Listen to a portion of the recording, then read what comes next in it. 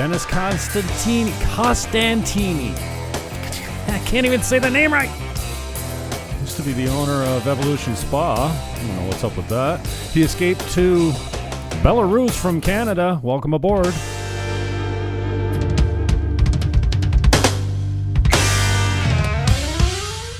All right. My producer is away again today. It's because I don't have a producer. There's the profile picture from the Facebook group, or the Facebook profile of Dennis's. Dennis, if you could unmute yourself, we're going to go live. And, yep, done. Oh, there you are, my brother. What's going on? How you feeling? I'm feeling all right, man. I'm feeling all right. Good. How are you doing? I'm okay. It's strange days, man. I'm not sure how to play them, what to think, what to feel most times. I'm frustrated a lot by the people that just blindly buy into whatever the government tells them or whatever. I mean, I guess if your doctor, if I go see my doctor and I say, yeah, what do you think about the vaccine? And he'll look at my chart objectively and go, yes or no. At least then I've got an educated professional's opinion. But I don't understand the rest of it, man. The masks outside, the masks inside the car, the masks on the children. I don't know. Yeah. It breaks my heart because I want to believe that people are smarter than this, but I see really no evidence of it, unfortunately. How about you? Well, the way we kind of see things right now is, we've been seeing that things are being lifted in the middle of Canada and on the eastern coast of Canada, but we think it's just so that they can blame those two areas when the Delta virus, the Delta variant boosts, and then that'll give them the excuse now to lock things down even more. And then they'll blame the people that aren't vaccinated because it's all their fault that they're spreading everything. And then, Ontario will seem like chance because, oh no, we're going to take it easy. So I think, as my wife puts it, good cop, bad cop thing is going on right now. And then they're going to use that to really put pressure on the unvaccinated people to get vaccinated because all the vaccinated people are going to get pissed off with the unvaccinated people, which to me makes no sense because if you're vaccinated, you should be okay, right? Well, and that's my frustration. I mean, the CDC reversed their position on masking, and their reason with this new CDC director, who's unqualified for that position as far as I can tell, the reason that they gave everyone was that vaccinated people were infecting other vaccinated people. So that's why we need to mask. My head explodes by the amount of false information we're made to sift through and fact check and research ourselves. I mean, I do that anyway. I was never a fan of covering our faces. I don't think it's helping any. Even the social distancing, I think this is a contact sport. I think you get infected by touching other things that infected people have touched or spit on or coughed on or cried on or any bodily fluid that you touch that they've contaminated. And that it's really difficult to I've always known, the common cold is difficult to pick up even if you're in an enclosed space, like an elevator. You could be in an elevator with somebody that's got the common cold that's coughing and sneezing.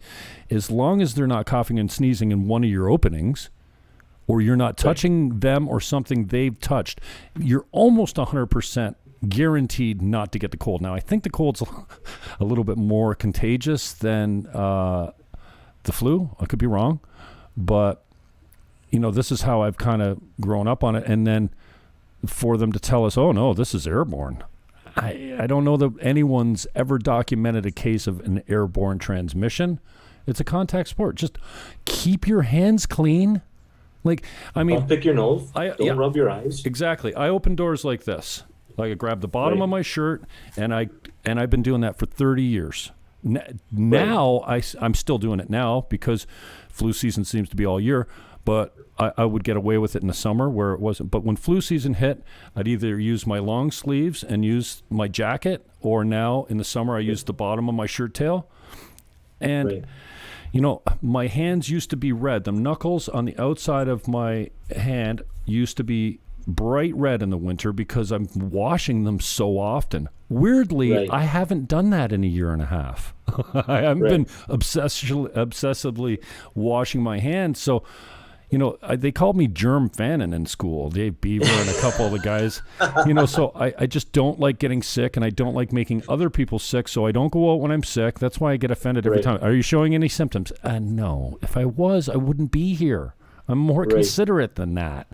So I don't like getting sick, so I protect myself, and then as a result, I'm protecting other people too. So I've always been very careful of it, and this is what I think if we just had washed our hands, I don't think anything would have changed through the social distancing or the masking, because I don't believe that is having an impact at all. So it just seems like they just keep loading up one after another, and then they've changed their tune so many times. The mask, double mask. Oh no, only N95 masks work because they're more of a respirator. They're filtering what's coming in and out, and these cloth masks don't have the spaces are too big in between. I wore a mask for the first time this week because I had a whole bunch of empties to take back, and I knew at Lakeport Beer Store they refused me last time I went there, and they made me put a shield on, which was translucent, which became more like a joke because I couldn't even see through it, and it was designed that way. It's not clear. And so I have a neck gaiter that's what do they call it? Polyfiber or whatever. So it's super thin, and you can breathe right through it, and it does keep a little bit of moisture on my face, but the mask itself is not holding anything. So, and I'm not wearing it for very long. In fact, once I went to the part of the store where no one could see me, I pulled it down again. I went outside to get $3 because it was a little short, so I came back inside and left it down, and I had a new guy that wasn't as anal as the guy that took my empties, and he took my $3.05, and he didn't have anything to say about it. So there's just so much misinformation. Yeah, the masks work. No, they don't. Just N95s, and so I'm frustrated by it all. But I'm not the only one, right? Yeah, no.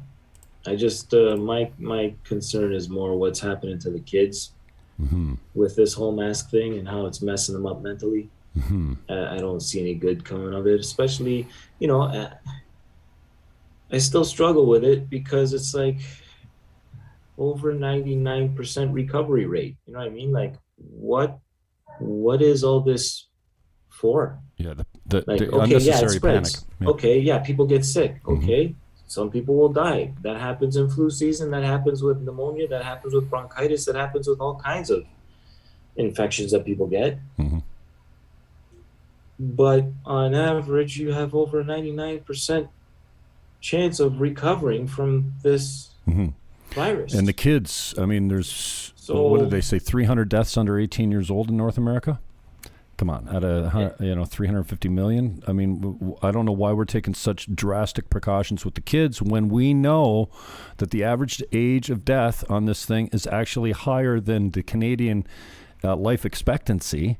So let's just protect the vulnerable, and the rest of us can go back to work. And the thing that bothers me the most is they're making these children paranoid. Like, they're telling them, if you don't do this, you're going to kill your grandparents. You know what I mean? They're making these children feel like they're dirty or dangerous. It's psychological. These kids are going to grow up warped, man. I'm sorry. I don't think any of this is good at all. I have a friend of mine. Like I said many times, I'm just a hairdresser. What the hell do I know? Yeah. And Shandor called it a psychological war the other day, and my Christian friends call it a spiritual battle because my Christian friends think it goes deeper than just what they're doing on the outside, what the psyop seems to be. Because, and I don't come from the whole, if you just read this passage of the Bible, you won't get it. I've heard that before. I think that's ridiculous. But personal responsibility's gone out the window. Now I'm responsible to make sure you don't get sick. That's never been a thing before. No. And how does that make sense? I mean, we're responsible for ourselves. You know what I mean? I'm responsible for me. If I rub my eyes or pick my nose, chances are I'm going to be rubbing something in there that might get me sick. my responsibility is if I'm sick, stay home. Right. Don't go out. And right? I think almost 100% of humans are considerate enough to, if they're not feeling well, to isolate themselves. Number one, you don't feel like going anywhere. You're not going to the grocery store when you're, spitting out with both ends. And right. And this idea that, oh, no, well, I'm sick, but I'm still going to go out and socialize with people. No one's that stupid, I don't think. I mean. But it's, the issue is the asymptomatic people when you're sick, but you're not sick, but you're sick. Yeah, and that's the so thing. You're walking around not sick, but really you're sick, and you're making other people sick. I don't think we have a conclusive study on whether or not those asymptomatic people are actually spreading it around, because the kids could be asymptomatic as well. We never know if they get infected or not, and then they don't seem to be passing it off. So, I mean, all the so-called experts are changing their tune so rapidly, and I get it. This is something new. It's an evolving situation, and we have data and studies that are coming in all the time, so we're learning more all the time. But, I mean, we shut down for a 4% mortality rate. No, you're saying the actual rate is less than 0.5%. And then I'm not even sure that takes into consideration all the people that are asymptomatic. If we put them in, they're 5 to 10 times more than the infected people. And here's the narrative that's being sold. Take the shot, take the shot, take the shot. Well, you have 165 million people with 2 doses, just under 50% in the States. Yeah. Just under 50% fully vaccinated. Then you're approaching... Well, probably close to 40 million, but it's 35 million infected and recovered. So now you're 200 million. Yeah. The population's only 150. How many people, 350 or 335, how many people are left over that are immune because they had it? Yeah. A little less compromised because they got a vaccine. I'm not sure totally if that's helping them or not. Or are naturally immune and have the antibodies and never will show symptoms. So haven't we already reached the threshold of herd immunity, if that's a thing? I mean, we talked about it quite a lot. Not if you're talking to Hergy. No. Feargy. No. Yeah. Or Fauci. It's the thing that kills me is I keep reading articles here in Belarus about people that are fully vaccinated in the States and in Canada that are getting full-on COVID. Mm-hmm. So what's the point of getting this vaccine if you're still going to get it and you can still spread it? Mm-hmm. Why not just take your chances? Get vaccinated, get it. You still run the risk of spreading it. Mm-hmm. You got over a 99% chance that you're going to recover naturally and build your own antibodies. Why this insistence of you need to get double dosed, but you still got to wear a mask. You can still spread it to other people, and you could still get sick. Mm-hmm. It's not logical to me. I don't know. So many things that are taking place to me are not logical, and I can't wrap my head around it. No, you and me both. Anyways, we can slip off that a little bit. I'd just like to get caught up on what's happened in your life since you've moved. How long you been gone now? We're into our 3rd month now. Oh, that's it. Okay, it seems like so much longer than that. Yeah. All right, and we arrived the day before the Ryanair flight was grounded in Belarus, and they pulled that guy out of the plane. Okay. So that was almost 3 months ago. I don't get this often, but after the last show, I had a few questions of, like, why Belarus? Like, how did you end up choosing that as a place to be? You're obviously of a different heritage, right? Italian, I'm guessing by the name. Yeah.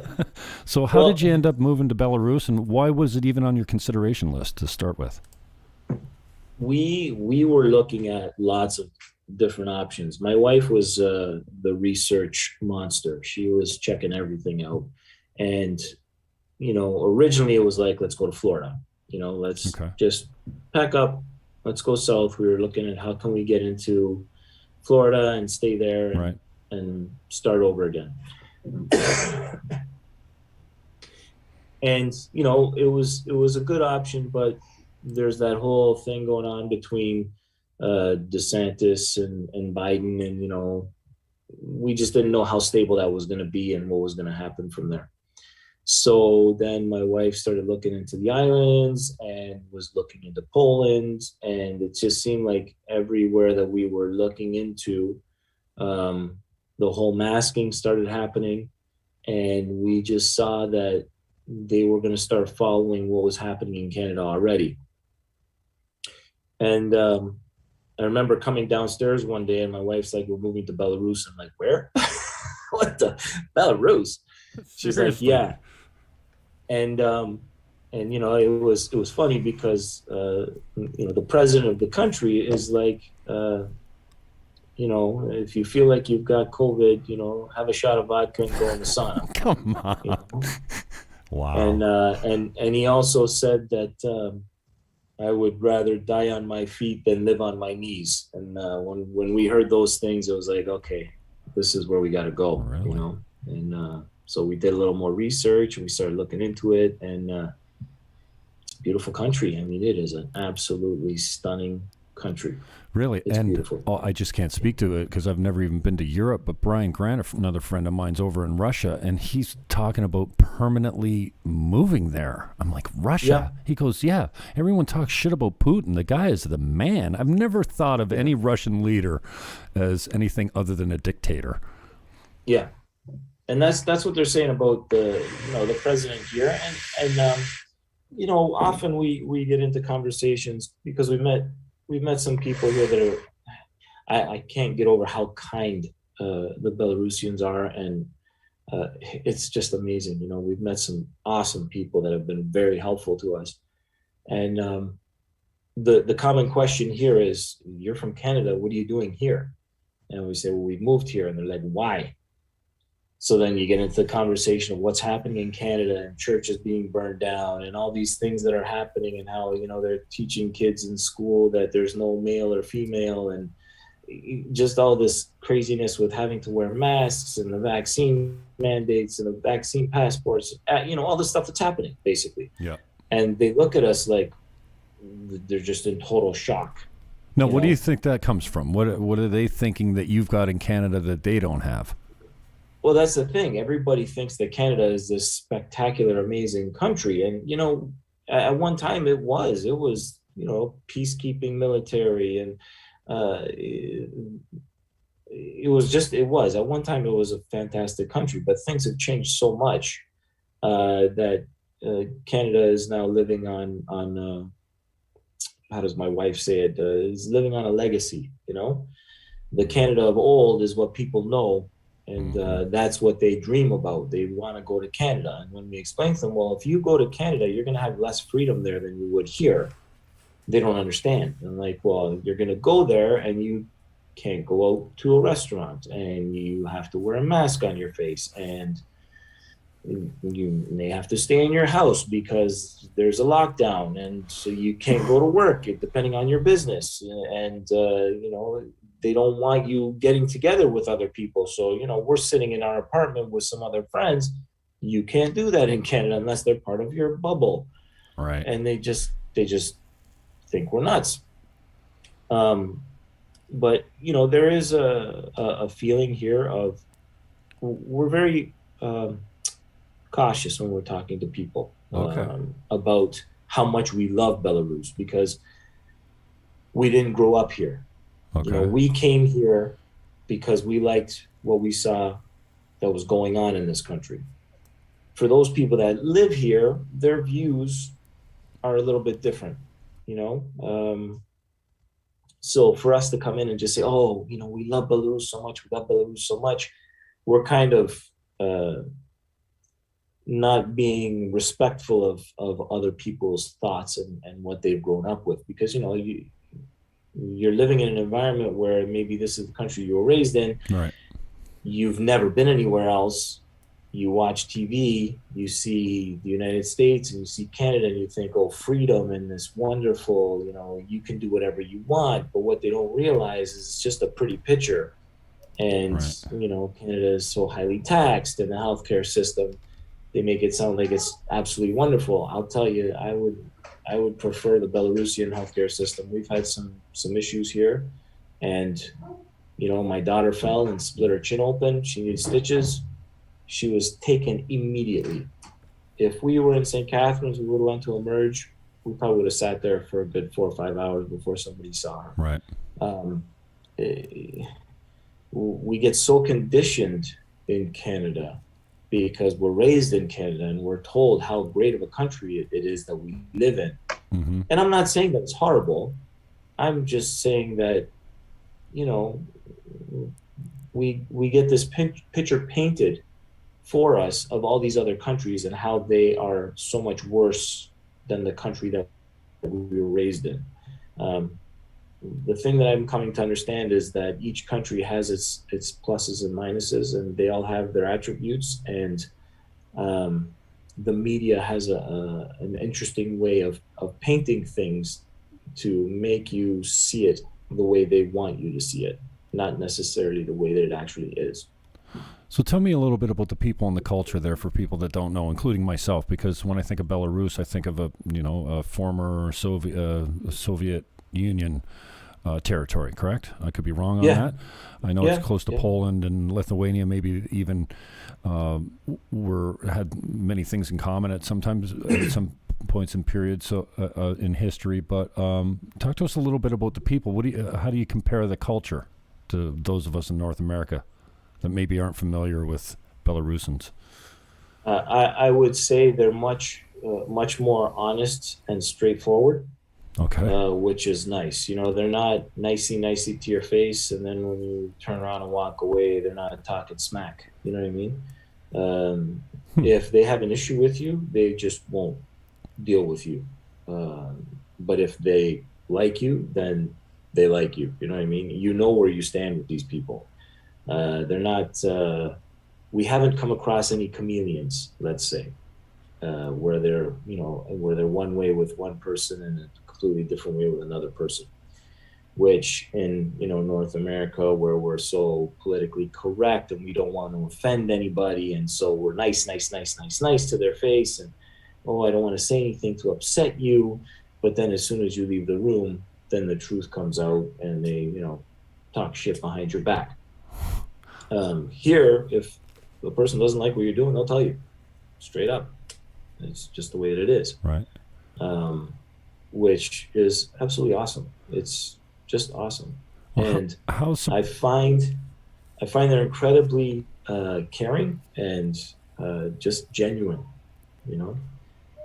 We've had people stop us because they heard us speaking English and ask us if they can help us. Is there anything I can help you with? I speak English. I know a lot of people don't speak English around here. Do you need help or assistance? Do you have any questions? It's insane. It's insane. So I'm shocked. So tell me culturally, though, you being an Italian guy, growing up in an Italian home with Italian family, you have a certain culture. It's not far down the street, really, in Europe. It's not that far away, but drastically different, I bet you, as the cultures go. Talk to me a little bit about the culture of the people and maybe the religion or what have you. Majority is Christian Orthodox, as religion goes. There are Catholics here as well. The culture is, I would say it's a European type culture, family driven. Do you find they're more devout religiously than North Americans? I would say the people that we've met, yes. Okay. Yes. I mean, I can't speak for the country on the whole. I've only been here 3 months, right? I'm still trying to figure myself out in this country, and we've been doing all of our paperwork and government stuff, trying to get our residency. And so there's been a lot of work that we've been doing. It's been nonstop since we've landed. So you'll give up your Canadian residency then? We still have our Canadian passports. Right. But once you become a Belarusian, don't you give up that? Well, we won't have a Belarusian. We won't be a Belarusian citizen. Oh, you'd be a landed immigrant of some sort. Landed in, that sort of thing. We'd have residency. So what the future holds for us, we don't know. I mean, we're here now. Yeah. But, if things start changing here and it starts getting all COVID crazy in this country, I'm not going to stay. You know what I mean? I'll just move my family to another place where I don't want to be living where they're going to start locking me down and trying to force me to do something that I don't believe in. Well, you certainly have a friend in Ron DeSantis in Florida. They are anti-vaccine passport, anti-masking, and there's a bunch of states opening up. And then big breaking news. I haven't been talking about it because it's everywhere. Everyone's sending me this video of this guy in Calgary that asked for proof, and the Crown couldn't provide the proof, and it looks like a lot of this stuff is going to get thrown out. I mean, I'm under the same. Yeah, I saw that. I saw that video, and there was a follow up done by Rebel News, and apparently the guy misunderstood the information that was presented to him. Okay. So I don't know 100% about that, which is exactly why I got really excited when I saw the video. I'm not going to lie. I'm like, wow, finally. Strangely, I didn't give a shit. Normally, when you have something breaking, I have this I don't know, disinterest in so much of it because, all right, anybody that sends me a video, you get lots of videos probably because you're a unwilling spokesperson kind of thing for much of what we're going on with in Canada here. Your connection to Alicia Herder with the salons and the march and the protest. And, I told you before, I'm not a protester. I was uncomfortable as hell being there. I didn't march. My back was killing me. I drove to your place. And then my back was so sore, I couldn't bring myself to even be sociable with you, And then I in my head, I'm like, oh, that was the guy holding my mic when I failed because I didn't expect 800-900 people to be there and for them not to hear me. Not be able to hear me. They're all like louder. I'm like, okay, here. I'm introducing Colin. What is it, McDonald? Here you go. And he's such a rah guy. I'm not that guy. I can MC well. I can do weddings and I can introduce and I can add some personality to it. But I'm not that. Everyone. Like I'm not that guy. So I know you kind of got tarred with the same brush. It was horrible for your business. It was horrible for your family, I would imagine. But, I mean... You know what? I think business-wise, there were people that were very much in support. There was at least 2,000 people at that march. Yeah. And we were the only salon that really takes care of women there. Made history in St. Catharines too. There's never been a gathering like that for a protest ever that I know. No, are you kidding me? I was actually shocked as well. I wasn't expecting that. I was expecting 30, 40 people tops. Yeah, Alicia really got the word out, and her, the people that she was associated with, they were really pushing it, and so it got a lot of traction, and so I was really overwhelmed by that. That was awesome. And, we had to leave. Like, I knew I was going to end up in prison. We just had to go. It was the media calling us racists, calling us homophobic, transphobic, white supremacists.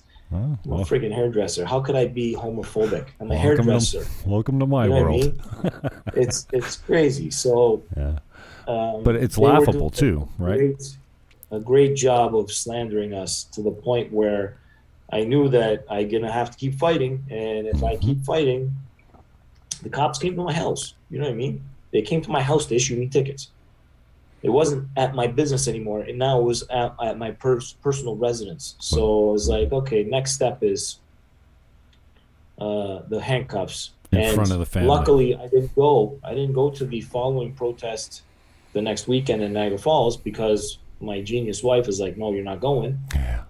And because if I would have been arrested, just like Alicia was, and who else? There were a few people there that got the cuffs put on. Shandor and Colin. Yeah. Right? Shandor's, I think, the only guy that actually physically spent the night in jail and it was not pretty. He was not comfortable, and he was out of his mind with stress. And they took his glasses from him. They forced him to wear a mask for the bail hearing. I'm just wow. And I mean, I went to the second one, if that was the one where we gathered at the cenotaph. And then, Michelle Brown was there with her camera taking pictures, and you should see the disclosure on some of these. I don't have it yet. I was never actually officially served with that summons. I have two three-part summonses. I guess they were trying to serve me, and I just told them, no, he's not here. Shut the door. Thanks for coming. I was playing their game. I wasn't making it easy for them, right? And then I see my lawyer Monday morning, so I don't know what's going on, but I showed up at something the other day in their Zoom meeting, and I forwarded all the paperwork to him, and he says, dude, this is not those $880 tickets.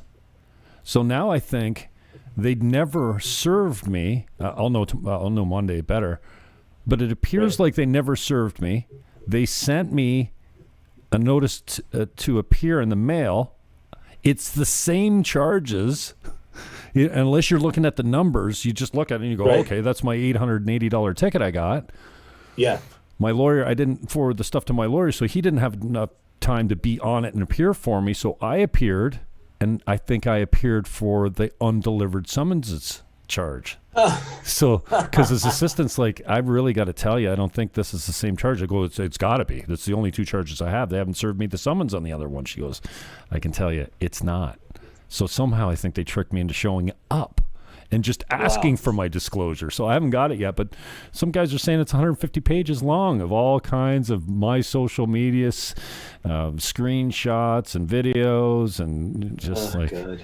I mean, they went after some surprising people. Like my buddy from church, his wife's not political at all, and they showed up and gave her one or two. They gave her two $880 tickets. I go, well, blah, blah, blah. He goes, I don't know. I didn't talk to the guy.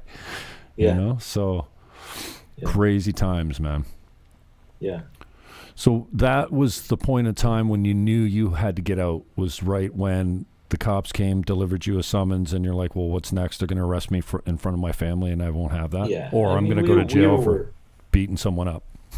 Yeah, pretty much, yeah, because it was getting to that point. Like when we were nearing the end, like when we were getting ready to get on the plane, I'm in Farm Boy, and some guy's trying to tell me to put my mask on.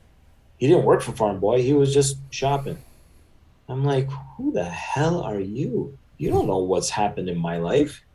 You don't know if maybe when I was a kid, somebody put a bag over my head and assaulted me, and now I can't put a mask on my face. You don't know. I mean, that's not what happened to me, but I'm just saying the way that people talk to each other now is like they make these assumptions. Well, you're not wearing a mask because you're a jerk.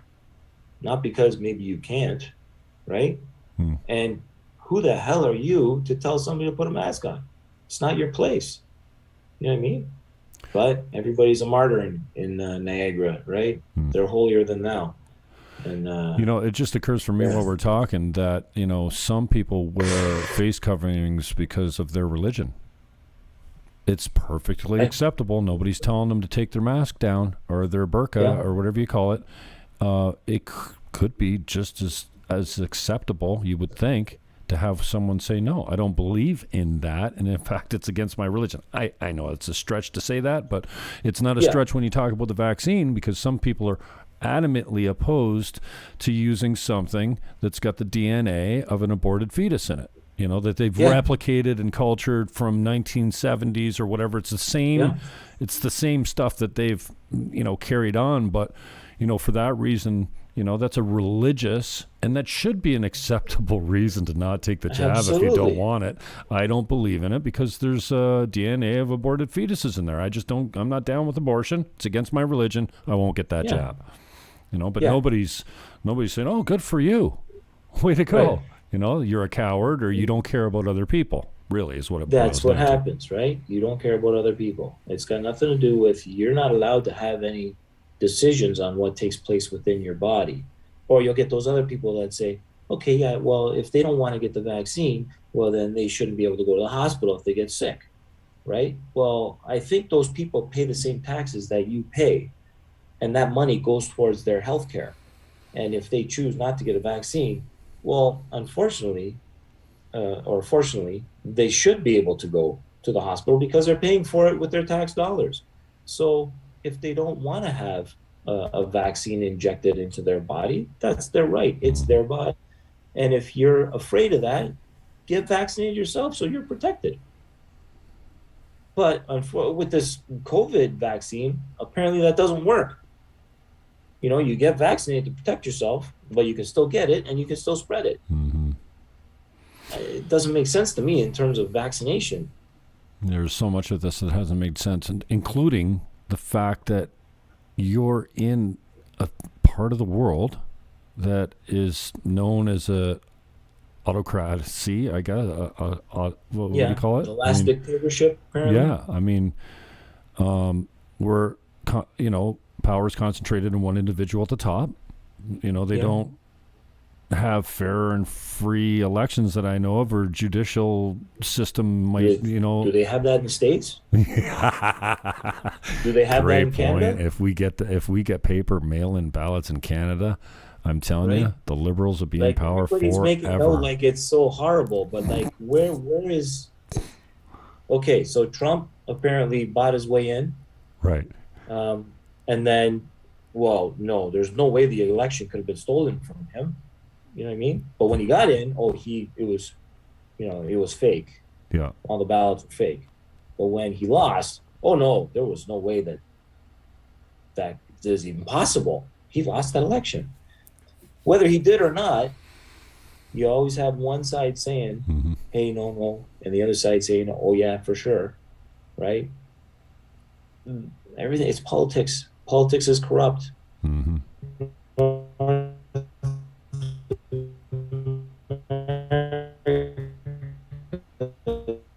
Just made it seem nice and shiny in Eastern, or it's so much worse over there. We have a president in Belarus. You have a president in the United States. What's the difference? There's one guy running the show. Mm-hmm. I think it's pretty similar. What do you find culturally? Is there any differences between what you can do, get away with there, what's acceptable by contrast to the cultures from what might be tolerable or acceptable in North America or Canada? You got to really watch what you mentioned, the respecting of the culture. You're an immigrant there, and not being all cheerleading and whatever, being more laid back as far as understanding the people. But is there anything that you got to kind of pay attention to and watch that you're telling the kids or that you're aware of? Well, from what we were told, don't wear red and white. Really? Yeah. Together, red and white together, because that's the colors of the resistance, or the anti-group. I guess you can get a ticket. I don't know. I'm not 100% on that, but apparently, it's not a good idea. So you just don't wear red and white. Okay. Simple. As long as you're not a douchebag and you're following the rules, life is good. Same as you're in Canada. As long as you're not robbing someone or beating someone up or doing something technically against the law, then you've got nothing to worry about.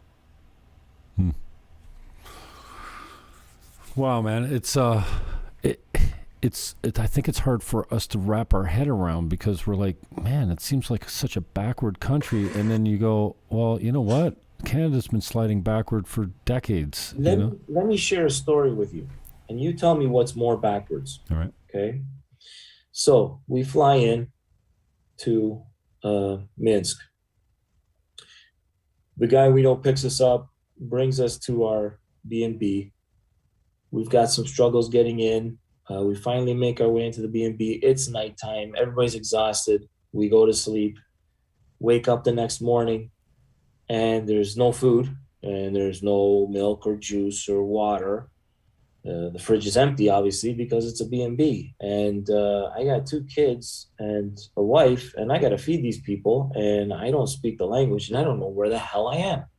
So I have to leave my room and leave the apartment building and figure out where the heck I'm going to get some food. And I can't read the signs because it's not in English. So I look across the street and I see a building, and it looks like a picture of vegetables on the wall. So I walk across the street and I meet this gentleman named Ison, and I'm trying to use my phone with Google Translate, and I'm showing him my phone. Do you sell food here? Wow. And he speaks English, so I was like, yes, I sell food. Yes, okay, come on in. He opens up his place. It wasn't even open yet. He opened it up for me, and he starts grabbing food. Right? Oh, you're new here. What do you need? Okay, here's some milk. Here's this. Here's that. He puts together some food for me, and I go to pay with my credit card, and he's like, "Oh no, I only can take cash here." So I'm like, "Okay, I'll leave the food. Can you point me to a bank, and I'll come back with some money?" And he goes, "No, no, take it. Just come back and give me the money tomorrow." Wow. And I'm like, "What? This is in a city of 2 million people.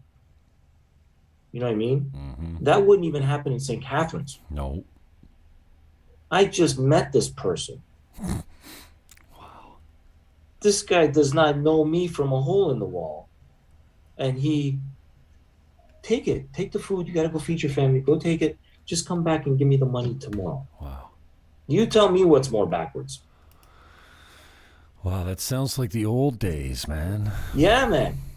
100%. Hmm. We bought some carpets for our apartment. The guy came, he dropped off 3 carpets, and then he just left them there. He's like, "Yeah, try them out, see which one you like, and then when you figure out which one you want, call me. I'll come pick up the other 2, and then you can pay me then." Okay. Can you imagine?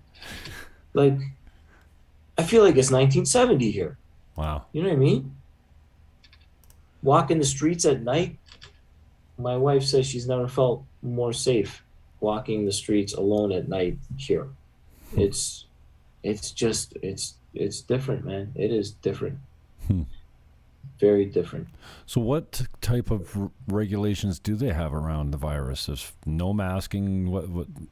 How are they approaching the treatment of it? Is there any alternative medicines that are allowing? If you want the vaccine, you get the vaccine. Okay. You got all the brands there, or is it when one you're specific one? when you're in the grocery store, you go and do your shopping, and then when you go to pay, depending on the store you're in, you got to put a mask on, just to pay, and then you can take the mask right off. Okay. It's really strange. Some of the restaurants, the staff will be wearing masks, but they have it under their chin. Okay. So it's like the boss is telling them, "Okay, put the mask on," but then they just. Mm-hmm. So it's going from ear under chin to ear. And when you're in the really nice restaurants, nobody's wearing masks.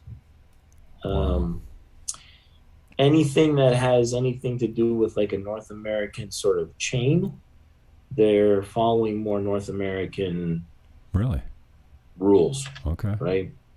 We were looking at a private school for our kids, one that was English. So there was an American private school here, and everybody, all the students wearing masks. So we're like, nope, we're not doing that school. So we found another one that's German and Russian and English. So yeah, kids, no masks. It's you do what you want to do here. If you want to wear a mask, you wear a mask. Mm-hmm. If you don't want to wear a mask, you don't wear a mask. And if you are wearing a mask, nobody says anything to you. And if you're not wearing a mask, nobody says anything to you. So, it's all about your choice. How are the kids adjusting? Well, usually it takes about 3 months, right, for someone to break old habits and get into new habits. Right. And so we're in that 3rd month, and the homesickness has kind of started, and the stress and that sort of thing. But they're adjusting. They're adjusting really well, and we've got we've got them in a school where there's a couple of really, really good teachers, and they're very understanding, and the kids are now starting to pick up some Russian, and it's good. It's good. Change is good, man. It makes you stronger. Yeah. It makes you stronger. If nothing else, it's an experience, a life experience, man. It's a whole different culture. And like you said, 6 months from now, you might be in a different location. You don't know that. I know you have a really strong connect in Dominican Republic. And, and oh man, I spoke to her yesterday, and you should see her face. She can't believe where she is, that the life. Look at you. You're in Scarface's mansion. She goes, yeah. And I know what she paid for it.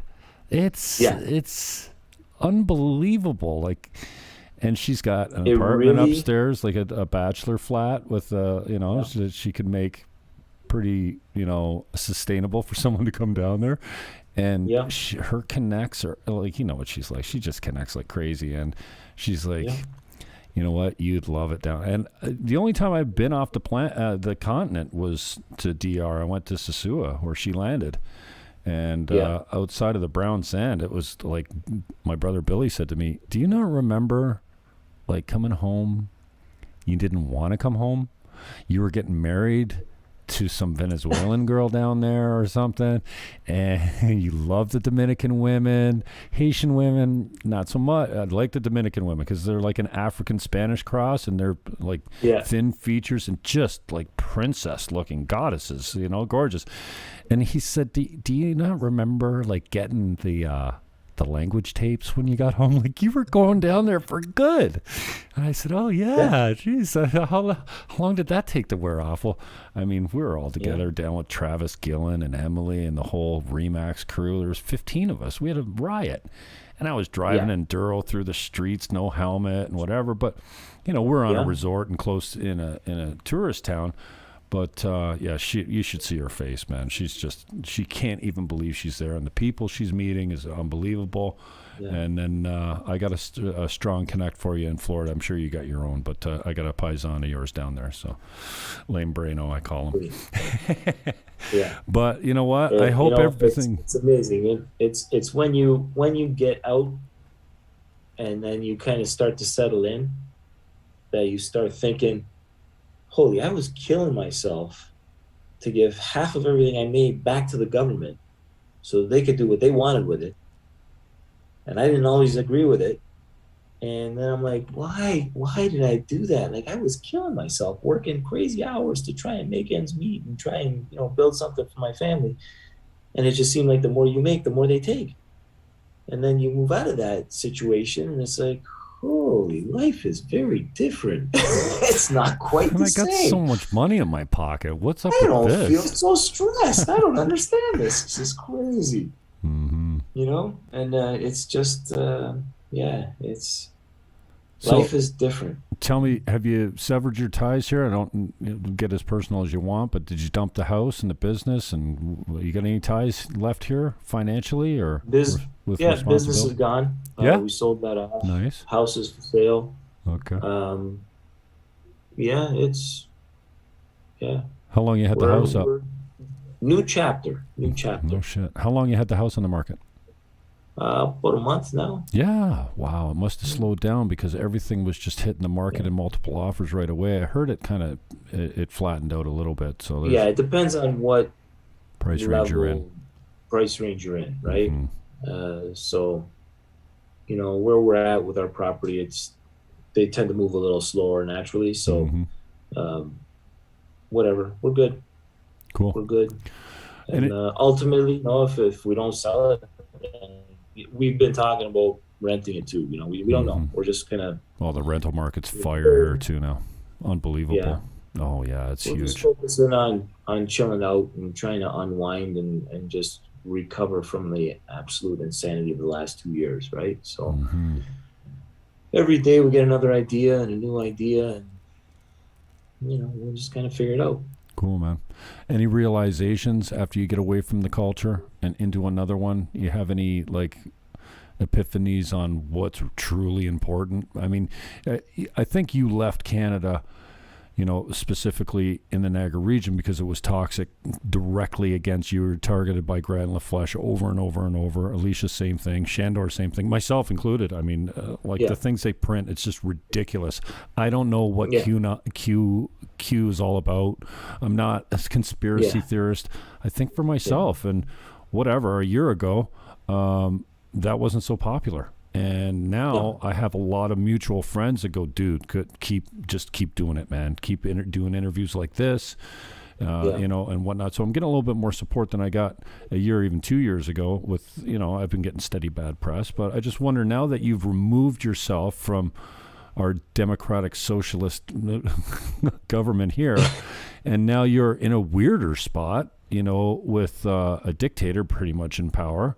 I wonder if that you're removed from it and everything's kind of settling down, are you going, well, shit, at least I'm not stressed out anymore. That's good. I got some more money in my pocket than I ever thought. I'm not actually worried about paying the bills as much as I was when I was strapped to a business and busting my ass with overtime and trying to make a way with it. I just wonder, now that you're kind of settled, are you going, oh, yeah, well, at least this is different here, Yeah. You know what? I've always admired the lifestyle, the European lifestyle. Work to live, not live to work. Mm-hmm. North American lifestyle is very, very. You got to have more and more and more and more and more and work and work and work and work. Mm-hmm. That's fine. I did it. Did it for a lot of years. Worked like a maniac. Not a problem. But the world passes you by, and you keep putting life experiences on the back burner because you need to make more money, and I think since all of this has happened, my focus has been more on my children and just experiencing life now, taking it in, figuring it out. I don't feel that need to try and kill myself every day. I still get itchy, I still want to get back into doing something because it's been 3 months now and we're still kind of figuring out what we're going to do. But yeah, and that North American part still chomps at the bit. Get back to work, do something, get back at it. But I appreciate everything that I got. I'm a very, very blessed man. My wife is absolutely amazing. I couldn't have done any of this without her. Where's she at today? I expect her to be with you today. What happened? Yeah, no. Okay. She took a break. She's okay, like, cool. I don't know. All right, cool. I don't want to offend Jimmy. That's cool. She knows herself. You know what I mean? She knows. Yeah. She's still pissed off about everything that's going on over there, and she'd just tear another strip off of everybody. So she's like, I'm bowing out this time. Cool. I appreciate that. So that's why it's going to be a boring interview this time. Oh, you're all good, man. Just tell me a little bit on the way out. I got you almost an hour now. So tell me about your friends and family back home. How are they taking it? Because, it's strange. You really get to know who your friends and family are because some people get pissed off. Like my buddy just moved to Nova Scotia, sold everything. Give the business to his partner or separated with his partner, and his partner's a good friend of mine as well. He's so angry that it's like these guys were like, what it's like when you see your partner more than you see your wife. It's like a marriage because it's a business relationship, and he's full on Italian, like old school Italian, and he's not the easiest guy to get along with. A great guy, but he was pissed, and I'm helping Scotty for days and days. We just loaded the trailer and he drove across the country, and he's and 2 days later he's in his new place in a new province out in the woods and everything, and I'm thrilled for him. I see Alicia's face yesterday on WhatsApp, and the smile is off her face. Her kid's good. Yeah. They're in a different. I know they only been there a couple days, but she's a new woman, Yeah. And so, and I know that she experienced a little bit of that too. It's like, what do you mean you're leaving? Well, yeah. Well, I don't owe you shit, really. Like, if you're a friend of mine, you'll support me. So I just wonder about mom and dad on both sides back home, and some of the good old school friends that are hurt that you're gone. You know what I mean? You know what? The last 5 years, I've been making a a lot of changes in my life, Okay. you know, getting married, becoming a father. So my focus really hasn't been on hanging out, you Right. know, partying and that stuff. So, you know, I grew up with the same guys from elementary school Yeah. until 5 years ago, Oh, basically. really, eh? And then, you know, things started kind of separating because, you know, they'd be like, well, come over, or we're having a party, we're having a get together. And, you Yeah. know, I got babies. And it's like, Mm-hmm. I got work, I got babies, you know, I got new business, I got a lot of shit going on. I don't have time for this right now. I try and reach out and touch base every now and again, but Mm-hmm. you know, through all that, all the protesting and fighting the government and trying to keep my business open against the lockdowns and stuff, I really didn't get any support. I didn't get anybody reaching out. Hmm. It, you know, it is what it is. And then that's it. You know what I mean? So I didn't tell anybody I was leaving. I didn't talk to anybody. It was like, we're gone. And that was it. That was it. So I really haven't talked to anybody. New chapter, man. Yeah, baby. Well, New I'm chapter. proud of you, man. I hope everything works out, and I'm glad to see that you're experiencing some new culture and that the kids are getting into school, and that you don't have to put a mask on them because, Yeah. you know, I had Shandor on here 2 days ago, and we did 2 hours almost just pulling up his political cartoons and talking about them. So I don't think you were the star of any of his political cartoons, but I made a couple of them regarding Laura Awesome. Yep. And we had a blast. But I realized when I'm talking to Shandor that a year ago I interviewed him after the scraping of the things, and everyone thought, oh, yeah, this guy's a loser. You know, he's got nothing going on for him. Yeah. But he's a video game designer. He's well-versed in that. He took broadcasting or journalism or something as well, I think. And then he's this talented, like off-the-charts talented cartoonist. Like, and his... Like, I don't have to give him any humor. Like, he's got his own sense of humor as well, and the pictures and the art, and he just became obsessed with it. He said, I put it away. I'm done. I'm taking a break, because he went on a few months there what he was just obsessed with drawing, right? And that stuff takes a long time. So I realized I realized this before, but I acknowledged to him in the interview the other day is when I went out and met, his son is absolutely perfect.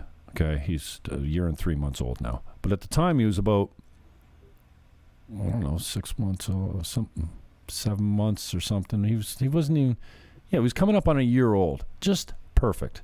And he said, Jimmy, my son's 8 months old.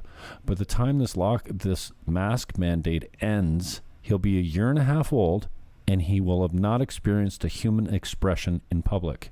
The only people's faces that he will see, me and my wife, and our parents. That's it. And, you know, the kid was gooing, and kids love me, and he was spitting all over me. And I went to, like, early on in this lockdown, I went to my neighbor's place. And I go, hey, I met your mom. I didn't even worry. I shook everyone's hand. I didn't even think twice about this. You know what I mean? But I realized that so much of my inspiration and so much of what I'm doing now and so much of my passion comes from that one kid, because he represents all of the kids. And when I see a 2-year-old at the fish and chip place like I did last year, and this grubby kind of guy who had him in a stroller, you could tell he wasn't well off. He didn't have a car. He pushed his kid there in this stroller. He was 2, and he was eyeing me down. I give the kids a hard time. I'm like, you want to go? What are you looking at, kid? You want to go with me? You want to fight? Let's go, you and me. And his father starts laughing, And he puts the mask on this kid. And he goes, I might as well get him used to it now, because he's going to be wearing this thing for a long time. And my heart broke. I couldn't say anything. I'm not going to engage the guy and tell him anything. It's your kid. You do what you want. But my heart broke. And I find I don't have any children. I look after them at church a couple times a month I got a senior K or pre-K or whatever. They're 3 to 5 years old. That's my age range. I love them at that age because they're still, you don't have to worry about their head falling off their neck. Like once they can hold their neck up, I'm good. But I like it when they get into that year and a half where they're almost talking and then they're walking and they're saying things. A 2 is kind of my sweet spot, but no, I love them. And I just feel like somebody's got to stand up for them, even if it's in an indirect way, by convincing their parents to go shopping without the mask. It's going to be okay. Like I was with a buddy a couple times and he forgot his mask, and I was over with another guy, a musician in Niagara Falls. He goes, well, I'm not wearing my mask in there with you.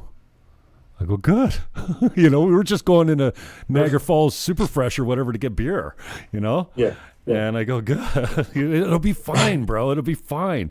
So even if it's just in an indirect way of trying to convince some of their parents to not wear the mask, maybe it'll rub off. But, man, when I see them putting masks on kids, my heart just breaks. And that's why I think we're doing all of this, man. We can talk about liberty and freedom, but it's the kids. For me, it's the kids. We got mental health issues.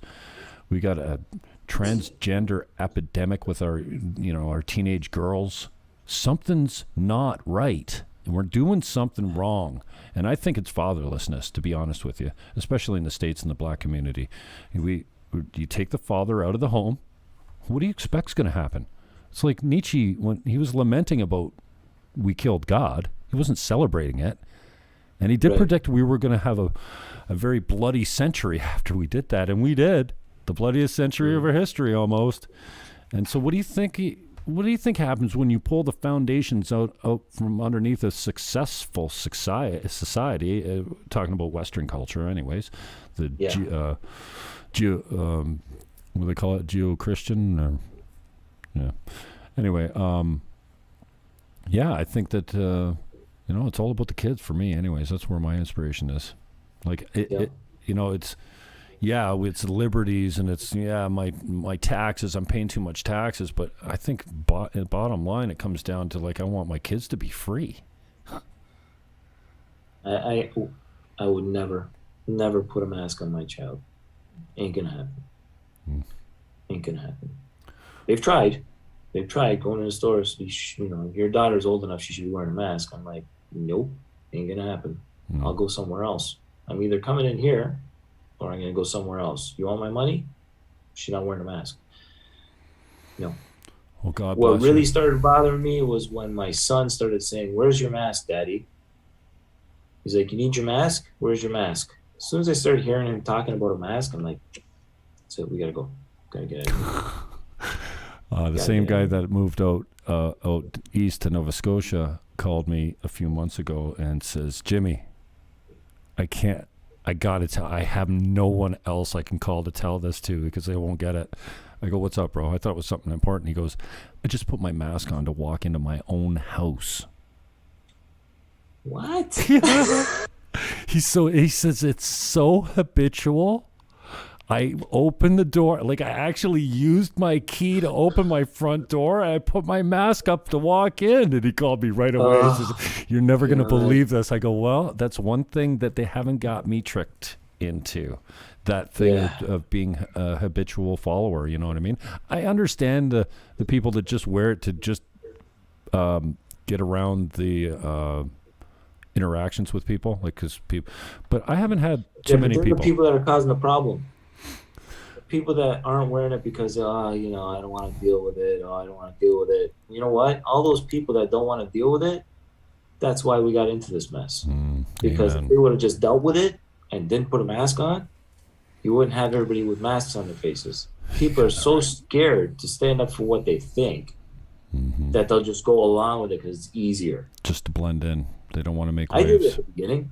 I didn't want to deal with it. I don't want to deal with it. I don't want to deal with it. And then as soon as my kids started talking about masks, I'm like, that's it. I'm done. Dude, you know what? I'm glad you said that in the beginning because I haven't been watching Rogan all that much lately, even though I do have a Spotify account. Just the fact that it's not easy to watch on YouTube, I just don't watch him anymore. But who was he on with? Oh, I went back and watched Kyle Dunnigan. Kyle Dunnigan's off the chart talented and funny. He's a comedian. And so I watched an old video of his, and it was after COVID, and Rogan was saying Because there was a point, I can't tell you how long this was. I saw a lung cut open at some point, and I saw a guy on his deathbed, and I saw this news report, and I remember going, holy wow, this shit is serious. I don't want that. And I don't know how long I was really worried for, but it wasn't a very long period of time. But Rogan said the same thing. In the beginning, I was legitimately scared. Like, they had me fearing for my actual life. Like, I think if I get this, there's a chance I might not make it. And, I've said this in multiple shows before, that, I said this a few months ago, I'll give the sheep another year until they are unable to look back at their personal life experience with this flu and all the masking, and once the impacts start landing and all this kind of stuff, I'll give them another year until they're unable to look back and go, why did we do all this? Like, it has zero impact on my life. I hardly know anyone that died or was sick from it. I followed the rules. Nothing's happened. We went through 3 lockdowns. It didn't work. The vaccines are maybe part of the solution. I don't know. But, I just find myself saying, my heart breaks for those people that just comply. And that's what I'm trying to do. I mean, I end every show by saying, just take it off, man. It'll be okay. I remember a buddy going, he came back to the car, we're going to a liquor store, and this is the liquor store that I go to all the time, and they're cool. Fairview, not so much. As soon as you walk into Fairview, you hear over them, all staff, shields and glasses on, please. All staff, shield and glasses. That's because I walked into the store, you hear it and then one girl refused me service one time, so I had to go to 4th Avenue or whatever, because mine was closed. Yeah. So we're going, and I go, bro. He comes back to the car, he goes, I don't suppose you got a mask, do you? I go, you're kidding, right? You think I carry them you think I got a blue one in my glove box? No, I don't have a mask. I go, bro, it's going to be okay. Just go. Keep your distance, whatever, and so he did. But I was at, I wore it into the beer store, and as soon as I walk in, the guy's like, you got a mask? I'm like, yep. Yeah, I put it up like this and went out, took it down, up and down, up and down, up and down. So I'm standing 10 feet away from this guy. He's behind plexiglass. He's vaccinated and masked, and he's worried about me over here. Yeah. 10 feet away. Guess what? He takes my money. Yeah. Well, if I'm infected, you're infected now, dummy. What? Yeah. Why didn't they outlaw cash? So we go through all of this stuff, but you're going to touch all my groceries. Yeah, but I have to stand behind the screen when I tap my debit card because I'm over here in the pub. That's where the infection takes place. It's just right. Of course, insanity. That piece of plastic is going to save you, right? That piece of plastic is going to save you. That's why when you sit down and you think critically, and when you look at things with a logical mindset, it's not logical. None of the stuff that we're doing, it's all for show. That piece of plastic is going to protect the cashier after you've taken all the groceries that you touched with your hands, put them on the conveyor belt. She's now touched them, put them up, and you. Come on, man, dude. If you go to Rombies, I haven't been in Rombies since they reopened. But the last time I was there, when they were reopened, they had at the bar they had plastic. Flexible, not the hard plexiglass, but plastic sheets hanging down in little cubicles where you could sit at. Dude, I miss sitting at the bar. I don't even go to a bar that much, but when I go to one, I got my spot at the Manch. I got my spot wherever I drink, right? That's my spot. That's where I hang out, right? Yeah. So anyway, buddy, I had Nasty Nate on from, Rick from Niagara Falls. He played Nasty Nate in Half Baked. I had him in the other day and interviewed him. Yeah. And we spent some time and ate, and then we went. He says, he's working on something he thinks we might partner on. So he says, why don't you check out this bar? So we went to the Cavern in Welland. I've been hearing a lot about the Cavern, whatever. It's across from Pupos, right down where I went to high school for grade 11 and 12, Welland High. Nothing. They got a big patio, There's no plastic sheets up there. Their bathrooms are open. Their bartender wasn't wearing a mask. The one young girl, Maddie, was wearing her mask. I'm like, Maddie, you should sue the government. Here, I got to get a couple drinks in me. I get friendly, right? I'm like, Maddie, I got a lawsuit for you. You should sue the government for infringing on your tips because you're not making the tips you should be covering your face. You take that thing off your face, you make better tips. I know, and you should sue. And she said, that's funny. Get out of here. But yeah, so I'm sitting at the bar. I'm watching the Olympics on the TV. Yeah. I got a beer in front of me. No one's wearing a mask anywhere. And dude, I'm like, how am I impressed by this? How is this a remarkable situation that Jimmy Fannon's sitting alone at a bar feeling comfortable like there's no problems? Because there isn't any. There's no problems. No COVID in here. We got 0 cases in Niagara. Anyways, I tweeted it out. I didn't say where I was, but one guy found me in the draft tap, reflected. He says, I see you. Right. And I'm trying to figure out where you were. And then I zoomed in real close to the POS is in the background, and there was the cavern on it. So I blew my cover. But and I think it's just like you said, we got a mask, wear it around our chin. If somebody objects to me serving them without it, then I'll pull it up. But for the most part, the waitresses are working outside anyways. But what a strange feeling to be going. I'm sitting in a bar, at the bar. Remarkable. How is that remarkable? Yeah. Like, it's just, how far have we come? Imagine being in a country where nobody's wearing it. And you're just walking around and life is normal. And you're standing beside people. And you don't have to wait in line to go to a grocery store. And you just go and you buy what you want. And you walk out. And you're walking beside people on the street. And then you want to go to a restaurant. You go. And there's none of this nonsense. And you're just living life like you should be. Dude, there's nothing like it. Well, I'm telling you. It sounds like Florida or Texas to me. Yeah, only the language is a little different. Yeah, exactly. I love you, brother. Stay safe. I'm not even going to say that anymore. Stay safe. It's so overblown. Yeah. I started saying that early in the pandemic, because I actually thought there was a chance that you could go out there and get infected and die. Like, I might not see my favorite girl at the checkout anymore. I do have a favorite girl at checkout. Every time, now she's wearing the shield and the mask, and she's cute. I think she's probably Filipino or something like that. And I don't know how she knows me, but when she sees me 4 rows over, she's like, Fannon! It's the same call every time. She never calls me Jim. I was like a bunch of girls that do that. And I had to ask her one day. I said, am I hitting on a married woman every time I come in here? And she goes, yeah. I'm like, oh, okay, because she doesn't wear a ring, right?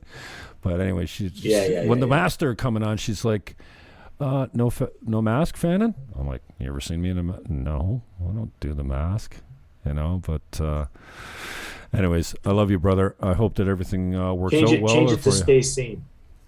Stay sane. No, stay sane. Stay sane. Stay sane. Well, I feel like defy is not a good way to say see you later.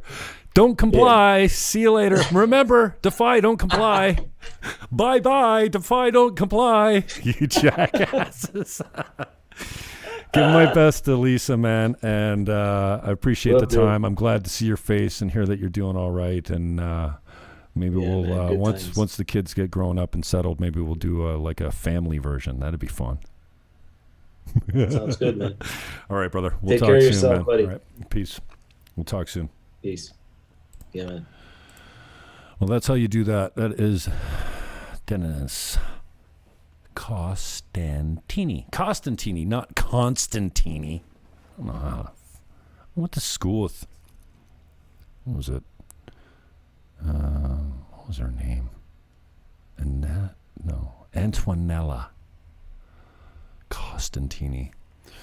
So that's part 2. For requisites on Twitch, we're talking to a man from Canada that was a hairdresser at a salon called Evolution, which he's since sold, that got caught up in supporting a protest, an anti-lockdown protest. Caught up. He helped organize it to some extent, I suppose.